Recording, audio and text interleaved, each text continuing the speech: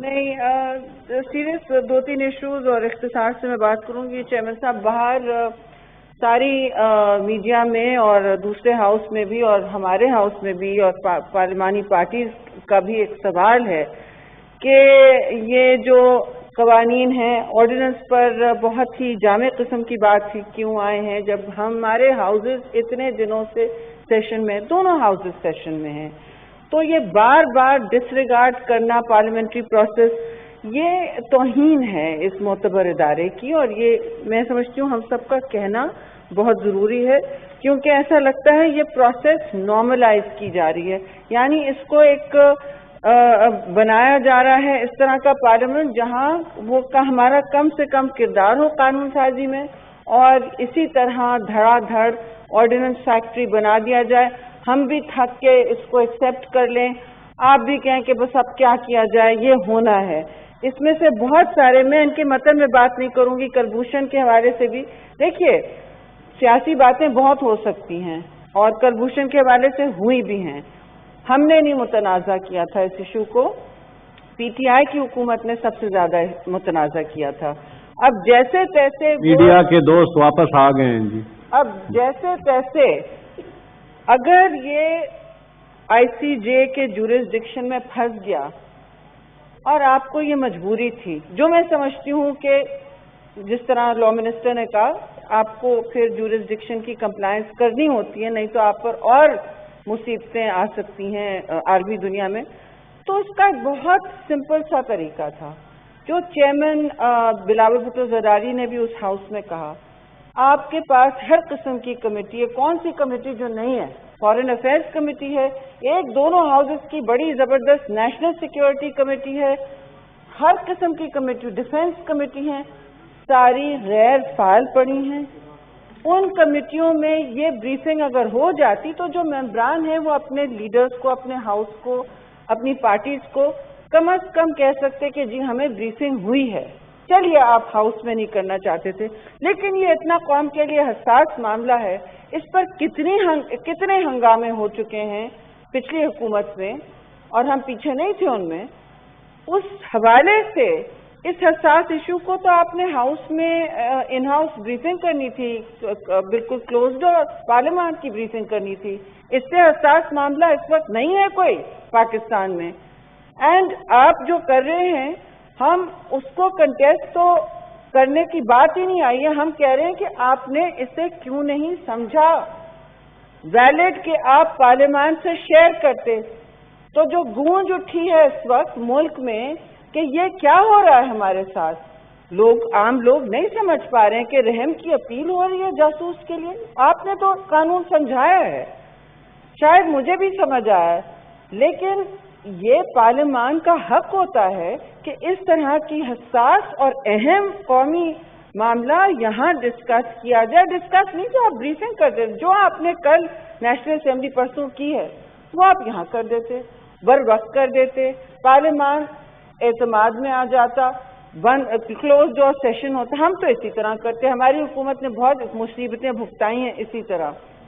اور اب چیئرمین صاحب باقی جو یہ آرڈیننسز آئے ہیں جی یہ کیا مسئلہ کیا ہے مجھے بتائیں. جب ہم سیشن میں ہیں جب ہم آپ کی پارلیمنٹری افیئرز منسٹر بھی ہیں یہ مسئلہ کیا ہے یہ کیا کنٹیمپٹ آف پارلیمنٹ ہے کہ یہ اس طرح ہمیں ٹریٹ کیا جا رہا ہے بیکاز یہ نارملائز ہو رہا ہے. جو بھی آپ کہہ رہے یہ ایک نیا سسٹم بن گیا ہے کہ یہ پارلیمنٹ آئے گی تقاریر کرے گی اور ہم اپنے مطلب کی چیزیں آرڈیننس میں لے آئیں گے.